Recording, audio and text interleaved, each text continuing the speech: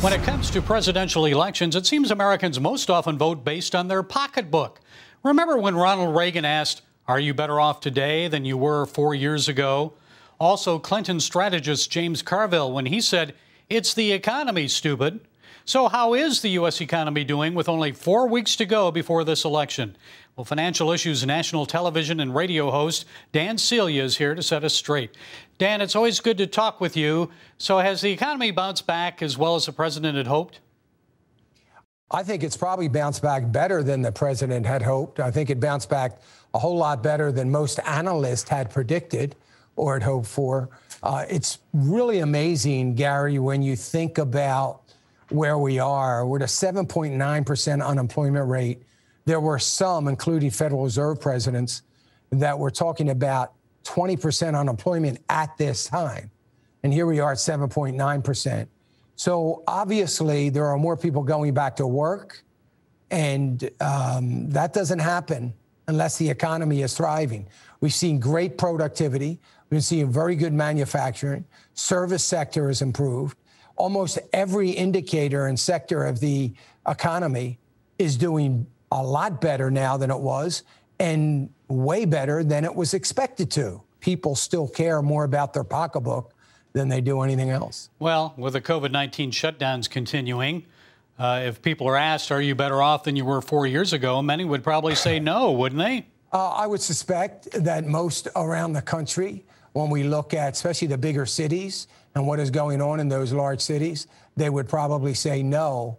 But that doesn't necessarily mean that the economy is worse off than it was 4 years ago, even though the pandemic has caused individual families and segments of the population around the country to not have fully recovered yet. Dan, I've got to ask you about this, and I'm sure you heard it. Unemployment was one issue raised by moderator Chris Wallace in the first presidential debate. He said more jobs were created during the last 3 years of the Obama administration than during the first 3 years of Trump. So what are the facts? Is that true?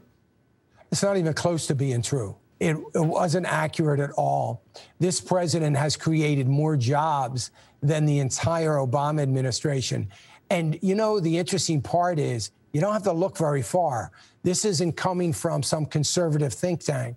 We only have to go to the BLS, the government's own numbers, to see what has happened. And this president has not only restored more jobs than any president where they have been lost, he's also created more jobs than any president in modern history. Yes, and he talked about manufacturing jobs, which I guess the Obama administration said were dead. What about the stock market, Dan? Many records have been broken under Trump. It seems that the stock market is doing well overall, but does that matter to the average voter as much as, say, their bank accounts being able to pay their bills? Probably not, Gary, because I think the average voter doesn't understand that whether you have stocks or not, it still matters that the market is doing well, because inevitably that will mean good things for a worker and an economy and opportunities.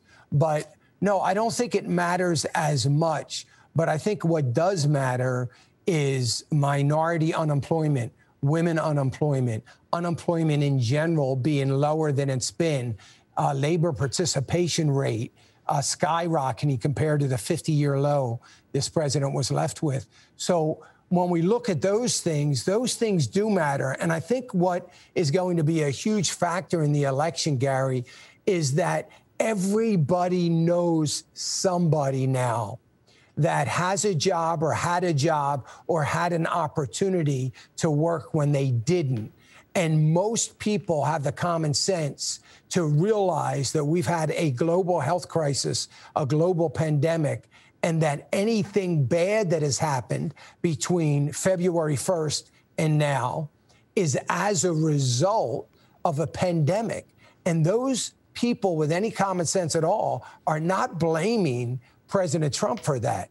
They know better, and they also understand now, because they've seen it happen, that this president is the best suited to restore those jobs and get the economy back on track again. So they're looking ahead to the next 4 years and which man will do the best in keeping things going. So thank you, Dan. We appreciate you for setting us straight today. Always appreciate you being with us. You're welcome, Gary. I always appreciate being here. Thank you for what you do. God bless.